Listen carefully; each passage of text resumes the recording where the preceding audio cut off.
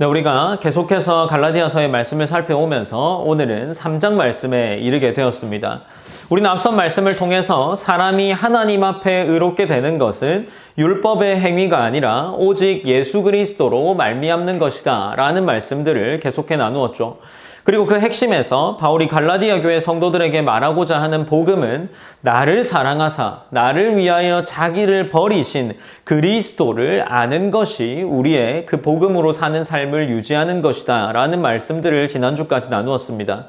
오늘 본문에 이르면 조금 바울의 어조가 바뀌는 것을 확인할 수 있습니다.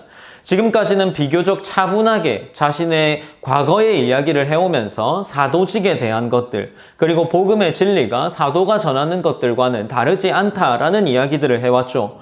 그러나 이제 바울은 더 이상 복음을 설명하는 데서 그치지 않고 갈라디아 성도들이 왜 복음에서 벗어나는 삶을 살아가고 있느냐 책망하는 듯한 말투로 이제 이 본문들이 이어져 나가고 있습니다. 특별히 오늘 본문은 바울이 갈라디아 교회 성도들을 향해서 질문을 던지고 있습니다. 그 질문은 오늘 제목에서와 마찬가지로 너희가 누리고 있는 그 은혜와 복음의 구원이 과연 율법의 행위 때문이냐 아니면 듣고 믿음에서 난 것이냐라는 질문입니다.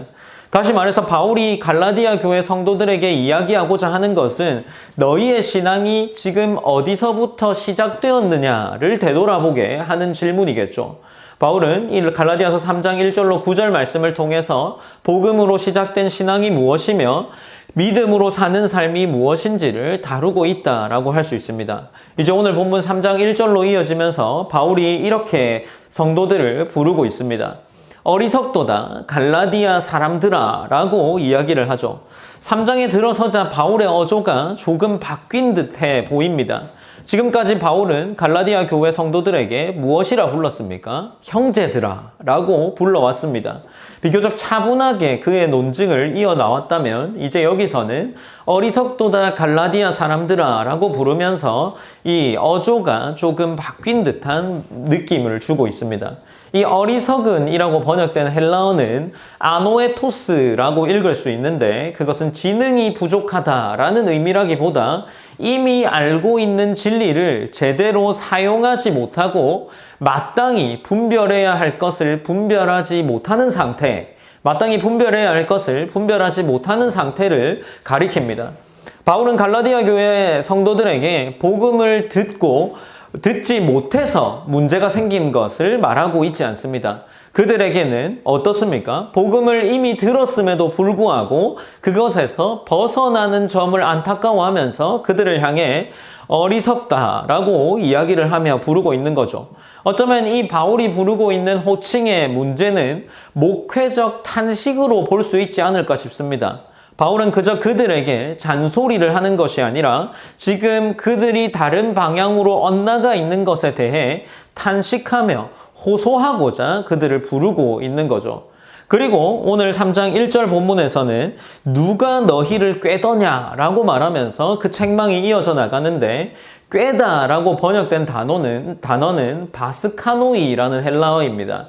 신약 성경에서 한 번만 사용된 단어인데 이 단어는 설득하거나 잘못 가르쳤다라는 의미보다 훨씬 더 강한 의미를 가지고 있습니다.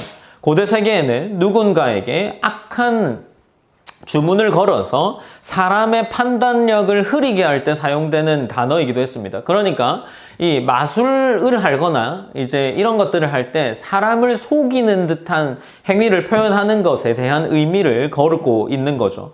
그래서 일부 영어 번역본에서는 그 번역본을 직역해보면 이 누가 너희를 꾀더냐라는 부분을 누가 너희에게 마법을 걸었느냐라고 번역하기도 했습니다. 그리고 누가 너희를 홀렸느냐라고 번역하기도 합니다. 그러니까 지금 바울이 이야기하는 것은 갈라디아 성도들의 행동이 지금 율법으로 넘어가고 있는 복음을 이미 알매도 불구하고 율법으로 가고 있는 갈라디아 교회 성도들이 바울이 볼 때는 그만큼이나 행동이 비이성적이고 이해하기 어려울 정도다라고 강조하면서 이야기하는 거죠.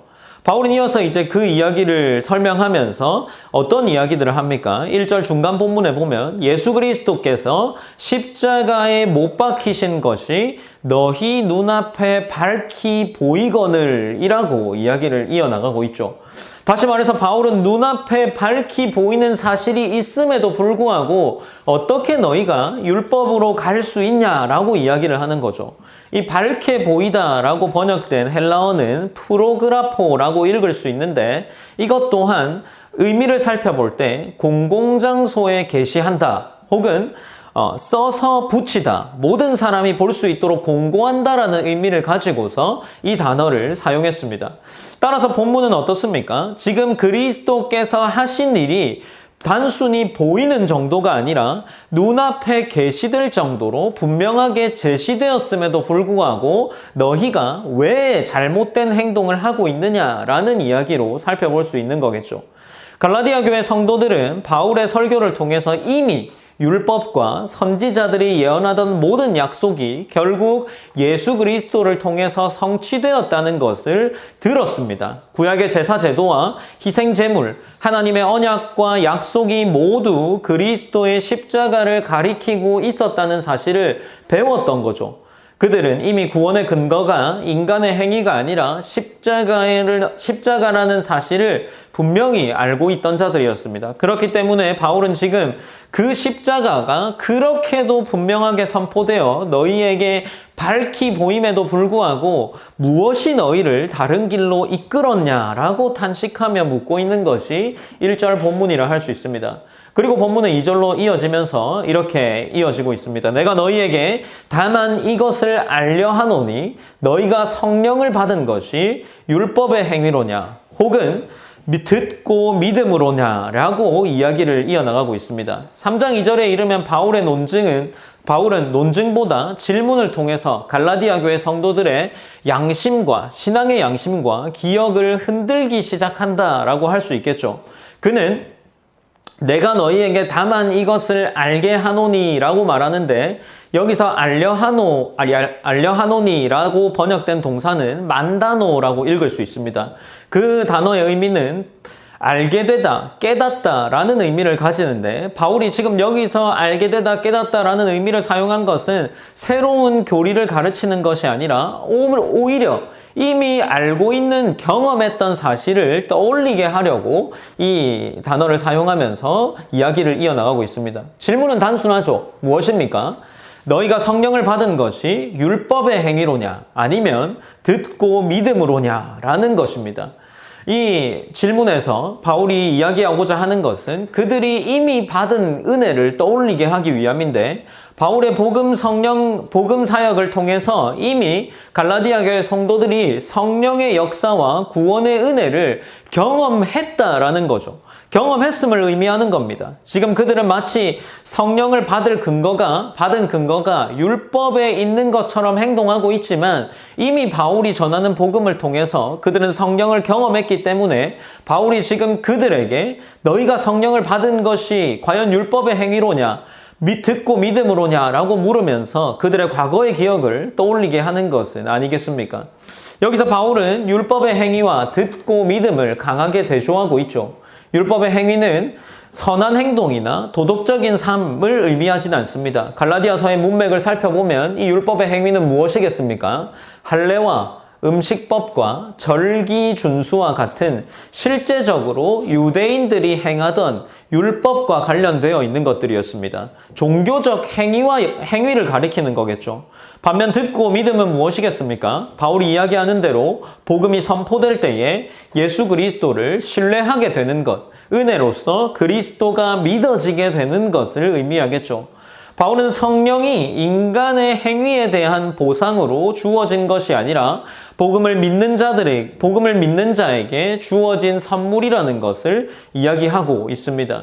결국 바울의 질문은 답을 모르는 사람들에게 던지고 있는 것이 아니죠. 갈라디아 성도들은 이미 답을 알고 있었습니다. 그들은 이미 이 율법의 행위를 하기 전에 구원받은 백성이 되었고 성령을 받았기 때문에 바울이 지금 상기시켜 주는 거죠. 너희가 율법의 행위로 구원을 받은 거냐? 아니면 이 행위로서 구원받은 것이 아니라 성령의 은혜로 그리스도를 들음으로 이 성령을 받았느냐라고 물어보고 있는 겁니다. 그러면서 바울은 더 강한 어조로 이어나가면서 3장 3절에 이렇게 기록하는데 너희가 이같이 어리석으냐 성령으로 시작하였다가 이제는 육체로 마치겠느냐라고 이어나가고 있는 겁니다. 3절에서 바울은 다시 너희가 이같이 어리석으냐라고 말하고 있습니다. 중요한 것은 어리석다라는 표현만이 아니라 이같이라는 부사도 중요할 수 있겠습니다. 바울은 이미 복음을 듣고 성령을 받았으며 하나님의 은혜를 경험한 사람들이 어떻게 이런 상태까지 이르게 되었는지를 이렇게 책망하면서 그의 이야기를 이어나가고 있는 거죠. 곧 계속해서 앞서 1절에서 말한 것과 같이 복음을 경험한 사람들이라고는 믿기 어려울 정도로 너희가 지금 어리석은 행동을 하고 있다라고 말하면서 3절로 계속해 이어나가고 있습니다. 이어 바울은 성령으로 시작하였다가 라고 기록을 하죠. 여기서 시작하다 라는 말은 어떤 일을 시작하다, 착수하다 라는 우리 이 번역과 비슷한 의미를 가지고 있습니다.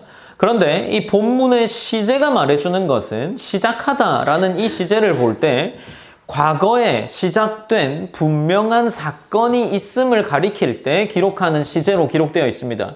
그러니까 바울은 갈라디아 성도들의 신앙이 성령의 역사, 곧 듣고 믿음에서 이미 어느 한 시점에서 시작되었다는 것을 이야기하고 있는 거죠. 그리고 바울은 이제 그들의 이 성령으로 시작된 은혜의 이 역사가 육체로 마치겠느냐라고 물으면서 책망을 이어나갑니다. 여기서 마치다라고 번역된 동사는 완성하다, 끝맺다, 도달하다라는 의미를 가집니다. 바울의 질문은 매우 날카롭죠. 여기서 육체는 몸을 의지하지 않습니다. 계속되는 문맥의 의미대로 갈라디아서의 문맥에서는 인간의 노력과 공로, 특별히 할례와 율법을 통해 의를 이루려는 태도를 여기서 육체라고 이야기하는 겁니다. 결국 바울은 성령으로 시작된 신앙을 인간의 행위로 완성하려는 시도 자체가 복음과 모순이 된다라고 지적을 이어나가고 있는 거죠. 그리고 본문은 3장 4절로 이어지는데 우리 3장 4절 말씀은 한번 함께 읽어보시겠습니다. 3장 4절입니다. 시작. 너희가 이같이 많은 괴로움을 헛되이 받았느냐? 과연 헛되냐? 네, 3장 4절에서 이렇게 기록을 이어나가는데 너희가 이같이 많은 괴로움을 헛되이 받았느냐? 과연 헛되냐라고 이어나갑니다. 그러니까 지금 3장 1절로 3절까지의 말씀은 그들의 신앙의 경험을 떠올리게 한다면 이제 3장 4절부터는 신앙을 가진 이후의 삶에 있었던 괴로움을 이야기하고 있는 거죠. 4절에서 갈라디아 교회 성도들은 지금 마치 복음으로 시작한 삶을 스스로 부정하는 방향으로 나아가고 있었습니다. 그렇기 때문에 바울은 그들의 현재의 모습을 다시 한번 탄식하듯 질문하는데 특별히 괴로움을 받았다라는 것에 대한 언급이 있죠. 여기서 괴로움을 받았다라고 번역된 동사는 파스코라는 동사인데 일반적으로 고난을 당하다, 어려움을 겪다, 박해를 받다라는 의미로 사용됩니다.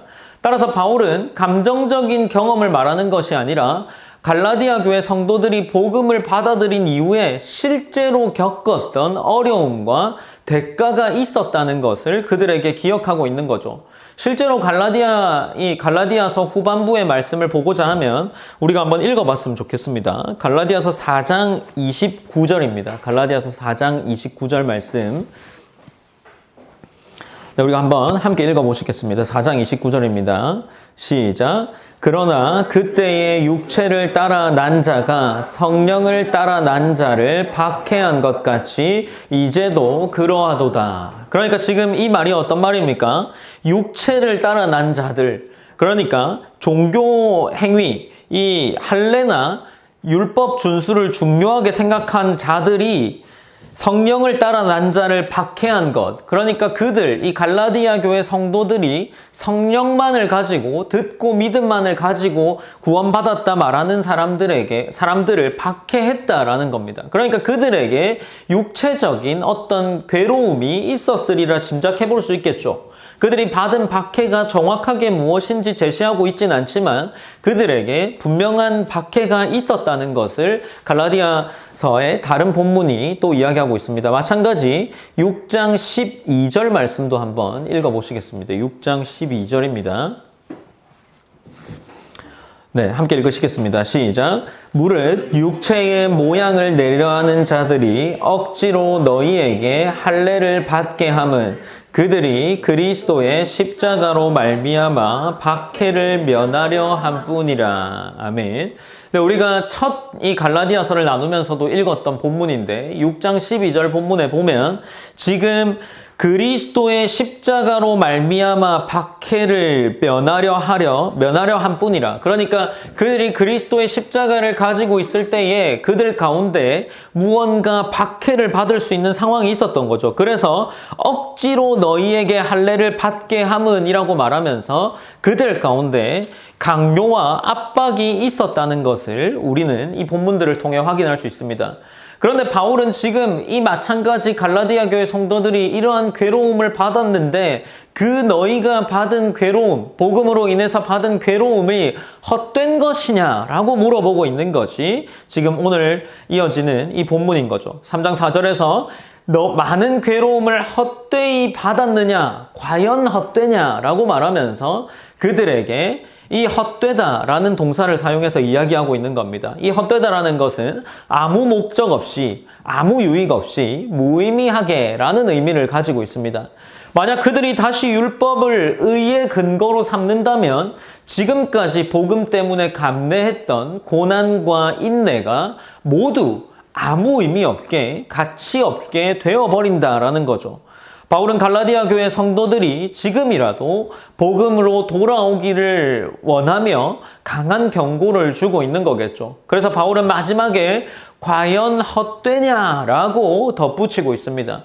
원문을 보면 이것은 일종의 기대가 담긴 표현이라 할 수 있는데 마치 정말로 헛된 것은 아니기를 바란다 혹은 아직은 돌이킬 수 있기를 바란다라는 의미를 가지고 있는 듯한 뉘앙스를 주기도 합니다.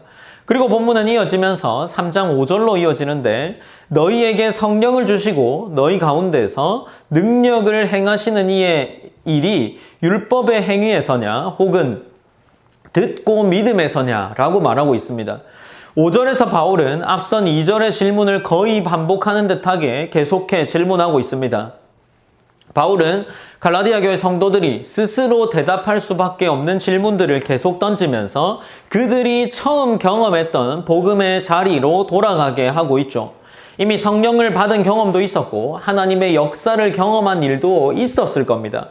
그런데 왜 다시 율법이 의의 근거가 되어서 이 율법을 지키고자 하느냐라고 묻고 있는 거죠. 바울은 논쟁을 이어가기보다 그들의 경험 자체를 그들 신앙의 증거로 보여주고 있는 거죠. 특별히 바울은 성령을 주시고 라고 말하는 데서 멈추지 않고 너희 가운데서 능력을 행하시느니 라고 덧붙이고 있습니다.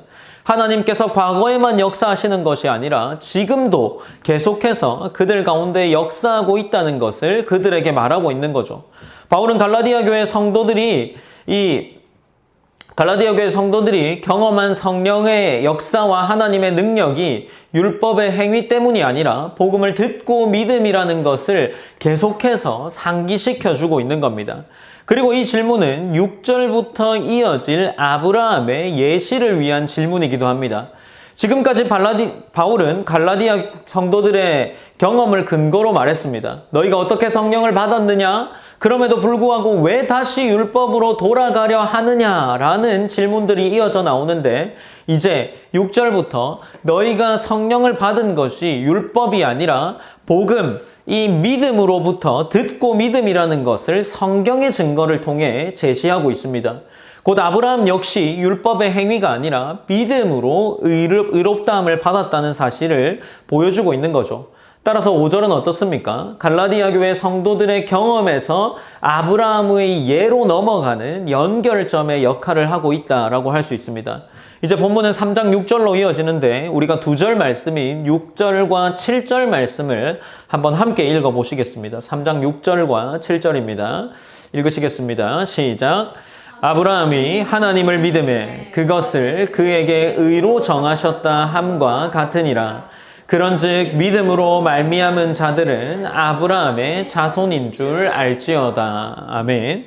지금 6절에 이르면 지금까지 갈라디아 교회 성도들의 경험을 통해 논증하던 방식에서 성경의 증거로 논의를 옮겨갑니다. 앞선 2절부터 5절까지는 너희가 성령을 받은 것이 무엇 때문이냐라는 질문을 반복하면서 그들 스스로의 경험을 되짚어 주었다면 이제 바울은 그 경험이 우연한 것이 아니라 성경이 처음부터 가르쳐온 원리라는 것을 보여주기 위해 아브라함을 예로 들어 설명합니다. 유대인들이 가장 존경하던 인물인 아브라함을 통해 믿음으로 의롭게 된다는 복음을 설명하고 있는 것이 바로 이 3장 6절과 7절 말씀이라 할 수 있습니다. 바울은 창세기 15장 6절을 인용하면서 기록하는데 우리가 창세기 15장 6절을 한번 찾아서 읽어보기 원합니다.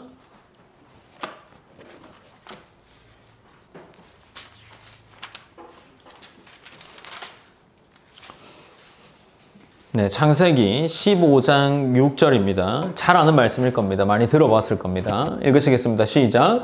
아브라함이 여호와를 믿으니 여호와께서 이를 그의 의로 여기시고 라고 기록을 하고 있죠.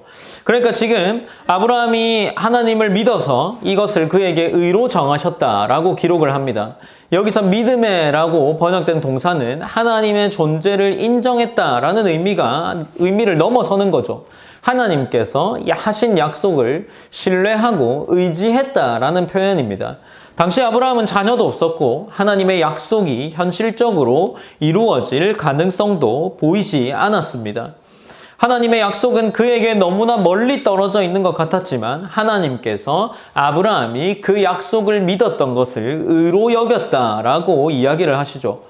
특별히 주목해야 할 사건은 이 사건의 시점입니다. 아브라함이 의롭다 하심을 받은 창세기 15장은 할례를 받는 창세기 17장보다 앞서서 있었습니다. 다시 말해서 아브라함은 할례를 통해 의롭다 인정받은 것이 아니라 할례 받기 전 이미 믿음으로 의롭다함을 받았다라는 거죠.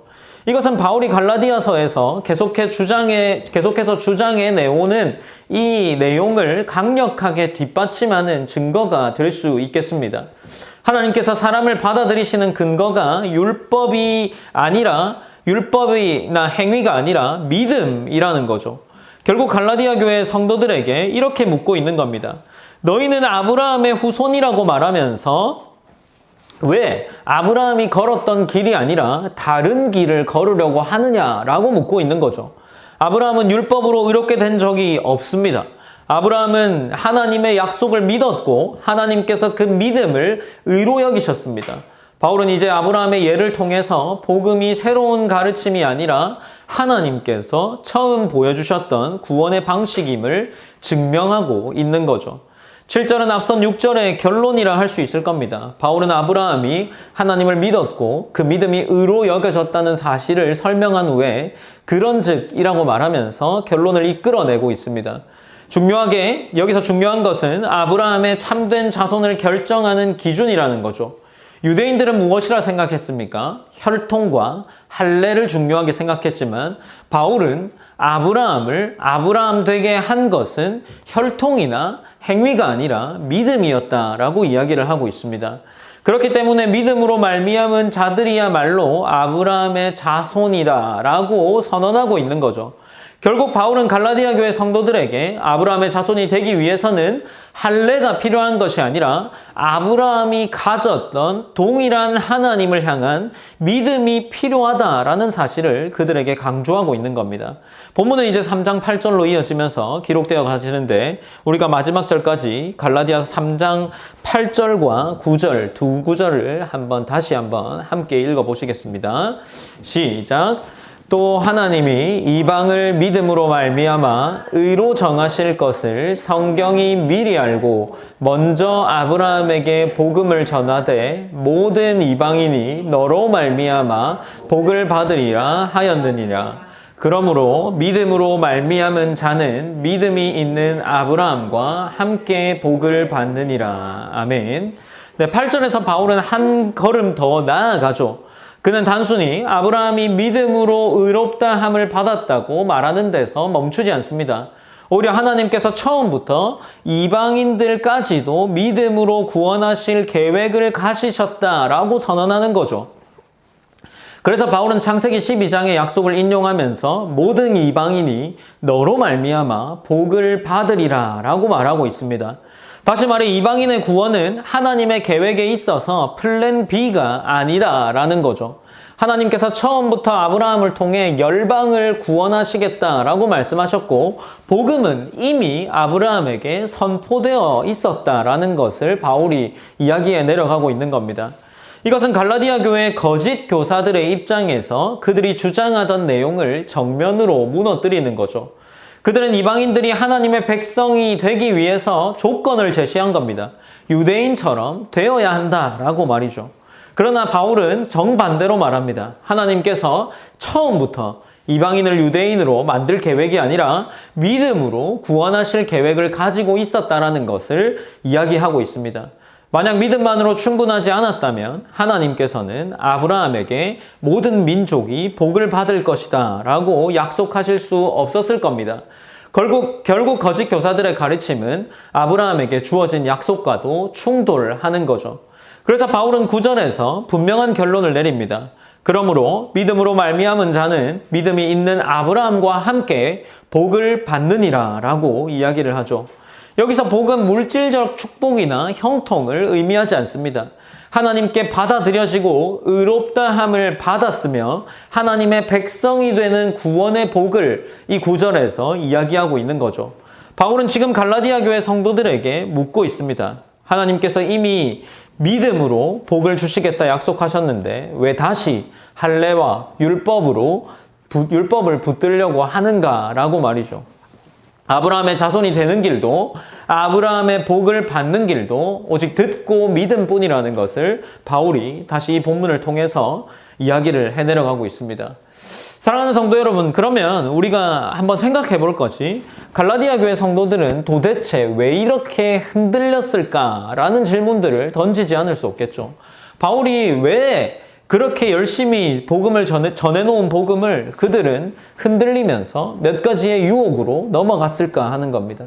그들은 복음을 듣지 못한 사람들이 아니었습니다. 성령을 받았고 하나님의 역사를 경험했고 복음 때문에 어려움까지도 겪었습니다. 그런데도 그들은 다시 율법과 할례를 붙들려고 했습니다. 어쩌면 문제는 무엇입니까? 복음을 몰랐기 때문이 아니라 복음을 붙드는 데서 우리가 본문 이 4장 29절과 6장 12절에 살펴본 것처럼 복음을 붙드는 데 따르는 불편함과 어려움을 피하고 싶었기 때문이겠죠. 복음은 그들에게 자유를 주었지만 동시에 이 하나님이 주시는 자유를 얻게 됨과 동시에 박해와 오해를 가져왔을 겁니다. 반면 율법과 할례는 갈등을 줄여주고 사람들의 인정을 받게 해줄 수 있었습니다. 결국 그들은 복음을 버린 것이 아니라 십자가의 어려움보다 율법의 편안함을 선택하려는 유혹 앞에서 지고 있었던 거죠. 생각해보면 우리도 비슷합니다. 우리는 복음을 부인하지 않습니다. 예수님을 믿지 않는 것도 아니죠. 그러나 문제는 복음을 붙드는 데 따르는 어려움 혹은 불편함을 피하고 싶어 합니다. 저 또한 마찬가지로 그러한 불편함들이 저를 꽤나 많이 괴롭힙니다. 우리는 신앙 때문에 손해보는 것을 싫어하고 갈라디아 성도들도 복음을 버린 것이 아니라 조금 더 편한 길을 선택하려고 했었던 겁니다. 그리고 바울은 그 모습을 향해서 누가 너희를 꾀더냐라고 탄식하면서 다시 그들을 그리스도와 십자가 앞에 세우고자 한 거죠. 바울은 끊임없이 이 구절들에서 질문했습니다. 성령을 받은 것이 율법의 행위냐? 성령으로 시작하였다가 육체로 마치겠느냐라는 질문들을 이어나가고 있습니다. 바울은 지금 갈라디아 교회 성도들의 지식이 부족해서 묻고 있는 것이 아니죠. 그들은 이미 답을 알고 있었습니다. 그럼에도 불구하고 왜 다시 율법으로 돌아가려 하느냐라고 묻고 있는 겁니다. 기억해야 할 것은 복음이 우리를 언제나 편하게 하지 않는다라는 겁니다. 그리스도를 따르는 자리로 우리를 부릅니다. 그 길에는 때로 불편함도 있고 선해도 있으며 인내도 필요하다는 것을 우리는 기억해야 합니다. 하지만 그 길에서 하나님께서는 우리를 붙들고 성령으로 역사하실 겁니다. 사랑하는 성도 여러분, 복음이 우리를 이끄는 삶은 달라야 하기에 계속해서 동일한 말을 몇 주간에 걸쳐서 이야기하고 있는 것은 아닐까 합니다. 우리는 성도로 주어진 삶을 결코 가볍게 여기지 않기 원합니다. 우리는 하나님을 영화롭게 하고 그분을 즐거워하는 삶을 살아야 한다라는 것을 이미 들어 익숙하게 알고 있을 겁니다. 우리의 삶의 제일 된 목적이라고 이야기를 하죠. 그러나 우리가 기억해야 할 것은 그 삶이 결코 만만하지 않을 겁니다. 우리는 이 서신을 기록한 바울의 또 다른 기록들을 살펴볼 수 있지 않겠습니까? 우리가 함께 나누었던 그 책 모임에서 나누었던 김영희 목사님의 또 다른 책에서 일부 이렇게 가져온 이야기입니다. 이러한 이야기들을 함께 한번 읽어보고자 하는데 그냥 일부만 발췌한 겁니다. 바울 사도는 하나님을 깊이 경험하고 알고 인식한 사람이었습니다. 바울은 고린도전서 9장 27절에서 매일 자기 몸을 쳐서 복종시킨다고 말했다는 점을 기억해야 합니다. 성경 본문 어디에도 그리스도인의 삶이 곧장 사라진다라고 말하지 않습니다. 그리스도인의 삶은 인내로서 달려야 하는 경주입니다. 권투 시합같이 격렬한 싸움입니다.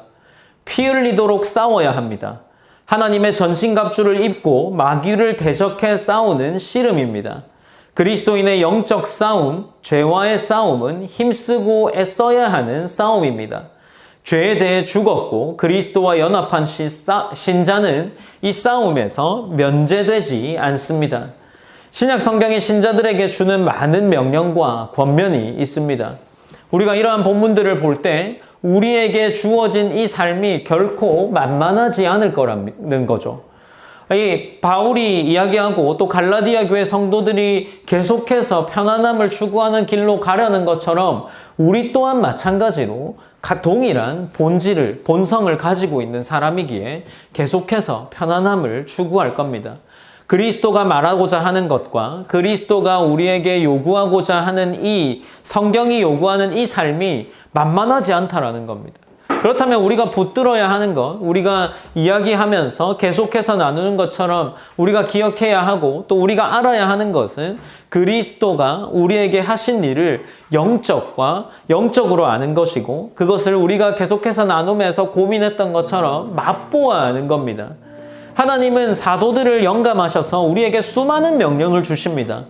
우리가 부름받은 삶의 자리는 어떠한 삶인지를 성경을 통해 계속해서 말씀하셨습니다. 앞서 나눈 것처럼 어떻습니까? 우리의 삶은 곧장 그리스도인으로 사라지지 않습니다. 인내로 달려가야 하는 경주이면서 하나님의 전신갑주를 입고 마귀와 대적해야 하는 겁니다. 피 흘리도록 싸워야만 하는 삶입니다. 권투시합같이 격렬한 싸움을 해내야 하는 것이 그리스도인의 삶입니다. 우리가 만약 이러한 삶의 자리에 놓여있지 않다면 그것 또한 문제일 겁니다. 우리가 아무런 복음으로서의 어려움을 겪고 있지 않기 때문이겠죠. 꼭 불편해야 한다라는 것을 이야기하지 않습니다. 그러나 우리가 과거의 삶과 그리스도를 알기 전과 그리스도를 정말 알고 난 후의 삶이 아무런 변화가 없다면 그리스도는 과연 우리의 삶에서 무슨 의미가 있겠습니까? 하나님께 받아들여진 사람, 하나님이 의롭다 인정한 사람은 우리에게 지켜야 할 계명들이 주어집니다. 그 계명을 우리가 애써 지켜서 그 구원에 이르는 것이 아니라 우리가 하나님이 주신 그 은혜와 하나님이 주신 크나큰 그 그리스도의 사랑을 경험했기 때문에 우리는 이 율법이 아닌 그리스도를 향해 따라 살아갈 수 있지 않겠습니까? 이것이 바로 복음이 우리를 이끄는 삶이지 않겠습니까? 만만하지 않은 삶을 살아내시기 바랍니다. 그리스도께서 우리를 위해 죽으신 이유를 기억하기 원합니다. 우리가 지난주에 나누었던 2장 20절 말씀을 다시 한번 읽어보면 내가 그리스도와 함께 십자가에 못 박혔나니 그런즉 이제는 내가 사는 것이 아니요 오직 내 안에 그리스도께서 사시는 것이라. 이제 내가 육체 가운데 사는 것은 나를 사랑하사 나를 위하여 자기 자신을 버리신 하나님의 아들을 믿는 믿음 안에서 사는 것이라. 우리가 이런 말씀이 우리 심령에 깊이 와닿아지길 원합니다. 우리가 맛보아야 하는 신앙을 우리가 한번 경험해 봐야 하지 않겠습니까? 우리에게 그 은혜가 너무나 커서 감당치 못할 은혜라고 말하는 수많은 사람들의 고백이 그 감당치 못할 은혜가 우리에게 주어졌는데 우리는 그것을 깊이 맛보지 못했다면 얼마나 안타까운 삶이겠습니까? 우리가 이 시간 다시 한번 기도했으면 좋겠습니다. 기도하실 때에 한번 찬양을 하고 기도했으면 좋겠는데 우리가 앞서 고백했던 찬양을 한번 함께 고백했으면 좋겠습니다.